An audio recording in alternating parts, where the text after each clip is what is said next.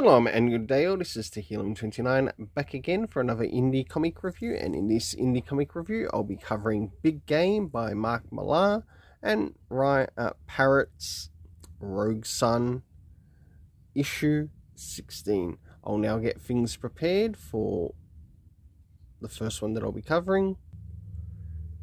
So jumping in, the first things first, does this cover in any way, shape or form connect to something that is happening inside with the story?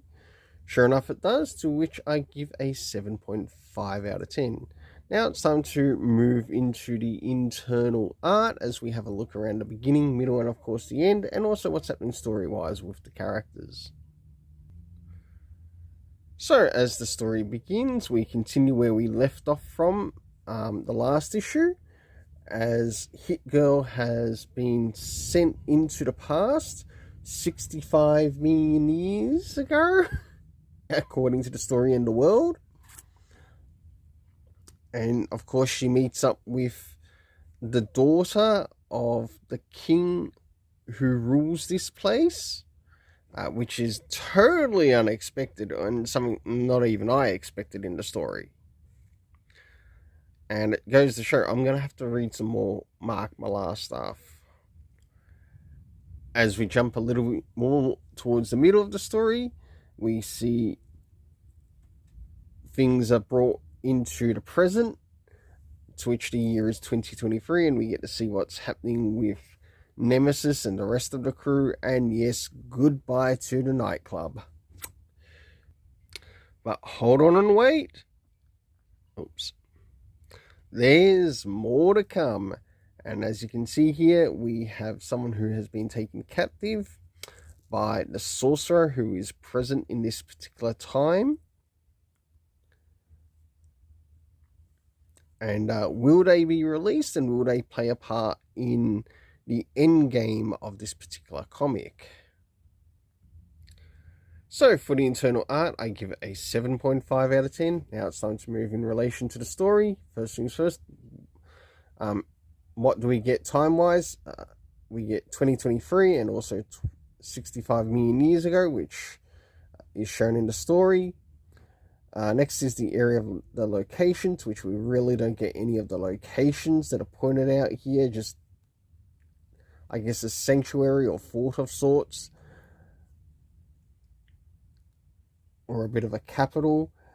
The cast of characters consisting of Captain Havelock, Hit Girl, King Morax, of course the daughter of Morax, Diablos the Sorcerer, Kick-Ass, Nightclub, or the nightclub members that no longer exist, and last but not least we have Nemesis. For the overall rating of this story, I give it an 8 out of 10. Now it's time to move into Rogue Sun, the next issue. So, as we start to jump into the next issue of Rogue Sun, next issue, does this cover in any way, shape or form connect to something that is happening inside with the story? Not a lot, but I will give it a 7 out of 10. So now it's time to move into the internal art, which we'll have a look around the beginning, middle, and of course the end, and also what's happening with the characters story-wise. So as we start to begin, or move into the beginning of the story, we have an event taking place in New Orleans. And of course we've got Rogue Sun, I guess, or well, we should say the possessed Rogue Sun, who feels like it's beginning to take sides with the bad guy, which is a bit of a disappointment, until Dylan Bao is able to regain full control of himself and also the Rogue Sun Stone. As we jump into the Sunstone plane of existence, to which we get to see many of the previous users of the Sunstone, and this almost sort of feels in a way like the Avatar story in its own right, but done in a way to which you get a little bit more understanding. And as you can see here, We have Dylan, who's been tied up, but now being freed up by his old man, by his grandfather. And as we start to move towards the end of the story, the grandfather, who is in this Sunstone plane, is preparing to make a sacrifice so Dylan can get his not only his body back, but also the power of the Sunstone back. For the internal art, I give it a 7.5 out of 10. Now it's time to move in relation to the story. Did we get any comic references? No, we didn't. Next is the area of time, to which we end up meeting a character, to which we get a bit of a flashback to 27 BC. The location, we had the Sunstone Plain, the Ballast State, and also New Orleans.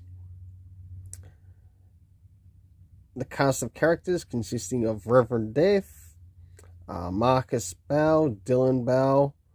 We also saw Ori and Brock. We also know that Caleb is still present.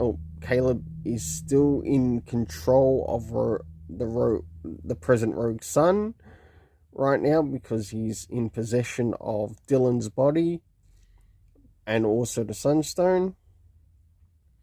We also had Dottie, which it's really nice to see her name being brought up again, because she plays a part in sort of like keeping the bad guys in line in her type of crystal prisons.